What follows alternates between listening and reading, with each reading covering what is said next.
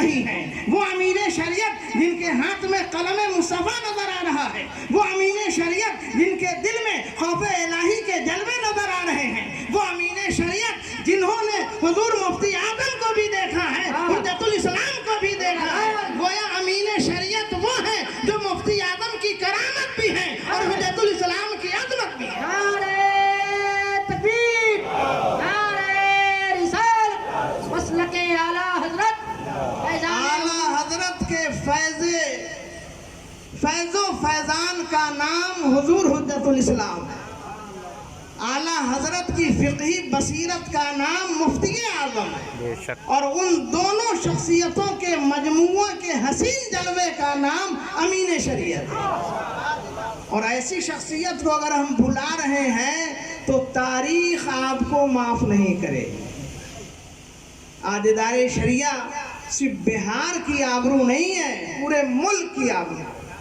اب ملک کا کون ایسا صوبہ ہے جہاں ادارے شریعہ کی شاخ قائم نہ ہوئی ہو، اور نہیں ہوئی ہے تو ہو رہی ہے، اور اتنے بڑے ادارے کے بانی کا نام انیس عالم علامہ امین شریعت، اور ہم نہیں جانتے ہیں تو رونا اس لیے نہیں ہے۔ جب بہار کے مخدوم بہاری کو ہم نہیں جانتے ہیں تو ان کو نہیں جانے تو کیا افسوس۔ معلوم ہے مخدوم بہاری کون ہے؟ مخدوم بہاری وہ ہیں جن کی بارگاہ میں مخدوم سمنا نے 40 دن چلا کیا۔ کتنے دنوں؟ 40 دن چلا کیا، اور وہاں سے فیض لے کر آگے بڑھے، اور پھر وہاں سے آپ آگے بڑھے تو مرید ہوئے۔ جن کی نماز جنازہ مخدوم سمنا نے پڑھائی وہ مخدوم بہاری ہیں، ان کو ہم نہیں جانتے ہیں۔ معلوم ہے آپ کو مخدوم بہاری کون ہے؟ لوح عرش پر، ساق عرش پر، عرش کے پیلر پر بایزید بستامی کے نام کے ساتھ سلطان العارفین لکھا ہوا ہے۔ کیا لکھا ہوا ہے؟ سلطان العارفین۔ اور حضرت مخدوم بہاری کے نام کے ساتھ سلطان المحققین لکھا ہوا ہے۔ کیا بات ہے، کیا بات ہے۔ اتنی بڑی شخصیت، انہیں ہم بھول گئے۔ آج ہم عرس کے جلسے میں حاضر ہیں، اور کن کا عرس ہے؟ حضرت امین شریعت کا۔ چلیں تو شریعت، بولے تو شریعت، خطاب کرے تو شریعت، نگاہ اٹھا دے تو شریعت، قلم چلا دے تو شریعت، زبان ہل جائے تو شریعت، پلک جھپک دے تو شریعت۔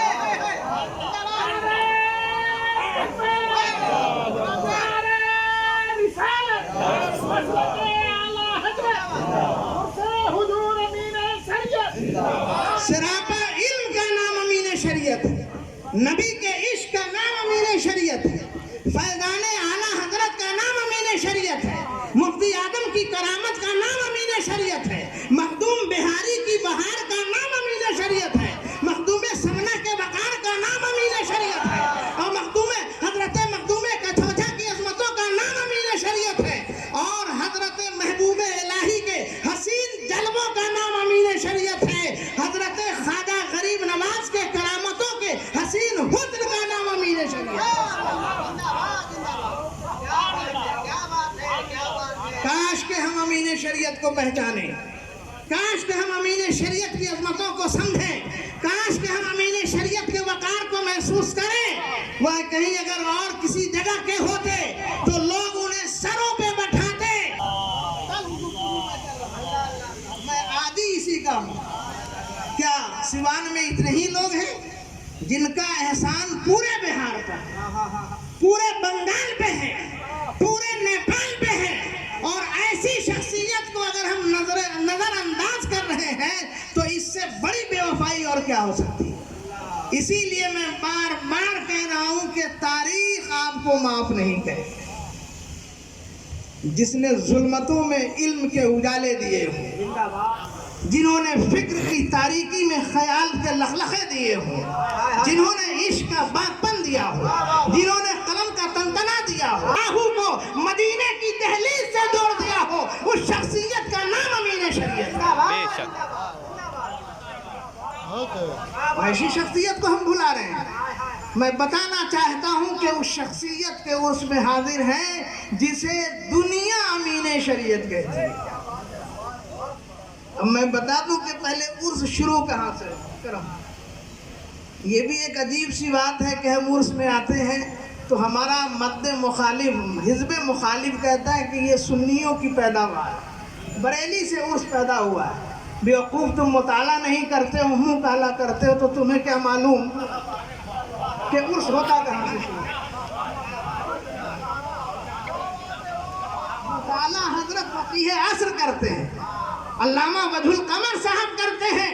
پوچھے ان سے کہ ان کی وسعت مطالعہ کیا بول رہی ہے کہ عرس شروع کہاں سے ہوا ہے. بریلی سے نہیں ہوا ہے. تم بیوقوف ہو جو بریلی کو بدنام کرتے ہو. بریلی تو نام ہے عشق کے مرکز کا، بریلی تو نام ہے محبتوں کے مرکز کا، بریلی تو نام ہے امام احمد رضا کا، بریلی تو نام ہے فتاوی رضویہ کا، بریلی تو نام ہے حدائق بخشش کا، جہاں آج بھی تربت امام سے آواز آ رہی ہے. آپ کچھ سنا دے عشق کے بالوں میں اے رضا، آپ کچھ سنا دے عشق کے بالوں میں اے رضا، مشتاق کما لذت سود جگر کی. نعرہ تکبیر، نعرہ رسالت، مسلک اعلیٰ حضرت زندہ باد. عرس بریلی سے شروع نہیں ہوا ہے. پوچھے مخدوم بہاری سے عرس کہاں سے شروع ہوا ہے. مخدوم بہاری جہان تصنیف کی آبرو کا نام. واہ واہ، کئی 100 کتابیں مخدوم بہاری نے لکھی، اور صحیح بات یہ کہ تصوف میں ان سے اچھی کتاب اب تک کسی نے نہیں لکھی. مکتوبات صدی 2 صدی آپ کی کتاب ہے، جسے حضرت بندہ نواز گیسو دراز گلبرگہ شریف حالت اعتکاف میں پڑھا کرتے ہیں. اتنی معتبر کتاب. اور وقت کے بادشاہ حضرت اورنگزیب کا وصال ہوا تو سرحانے مکتوبات صدی رکھی تھی. بے شک. اس سے اندازہ ہوتا ہے جو مطالعہ کر رہے تھے. سرحانے وہی کتاب ہوتی جو مطالعے میں ہوتی. تو اتنی بڑی بڑی اہم کتابیں حضرت نے لکھی، مگر ہم نہیں اسے پڑھ رہے ہیں. مکتوبات صدی ہے، معدن المانی ہے، مخ المانی ہے، اور بھی بہت ساری کتابیں، خانے پر نعمت وغیرہ وغیرہ، بہت ساری تو تشنہ طبعات ہیں. اب حضرت کی اتنی بڑی ہمالیائی شخصیت، ہم نے ابھی ان کے نواسے سے عرض کیا کہ کچھ کتاب آئی کا نہیں ہے.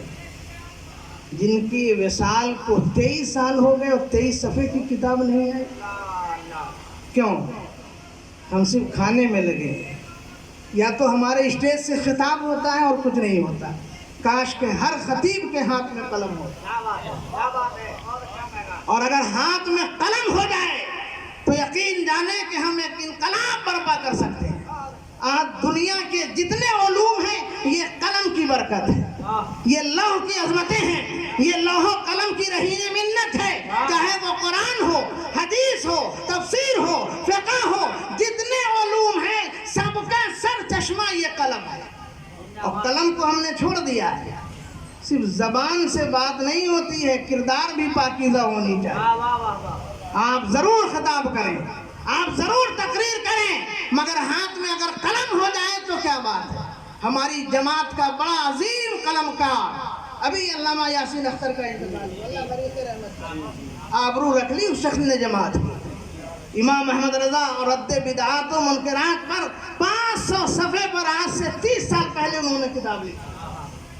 ہمارے مخالف کی جتنے اعتراضات تھے ان کو حوام منصورہ انہوں نے کر دیا. تو قلم ہوگا جب تو زبان ہو، اچھی بات ہے، لیکن زبان سے زیادہ پائیدار اور پر تاثیر قلم ہوا کرتا ہے. میں تقریر کر رہا ہوں، ہوا کے دوش پہ اڑ جائے. کل آپ سے کوئی پوچھے گا کہ کیسی تقریر ہوئی، بہت اچھی، بڑے نعرے لگے، لیکن کہاں کیا یہ کچھ یاد نہیں. لیکن اگر وہی قلم ہو ساتھ میں کتاب بانٹ دوں تو کہیں گے ہاں تقریر تو کی ہے، کتاب بھی دی ہے، اسے آپ پڑھ لیجیے. کتاب کی ایک آفاقیت ہے، اس کی ایک حیثیت ہے، اس کی ایک عظمت ہے، اور قیامت کی صبح تک اس کا وقار زندہ رہتا ہے. تو میں ان سے گزارش کروں گا کہ آپ اس ہمالیائی شخصیت کے حوالے سے کوشش کریں، سیمینار کریں. انشاءاللہ یہ فقیر آپ کے ساتھ ہے اور ہر اعتبار سے آپ کی مدد کرے. مگر ضرورت ہے کہ پہلے گھر کا فرد اٹھے آواز لے کر، اور انشاءاللہ پورا ملک ایک ساتھ ہوگا اور آپ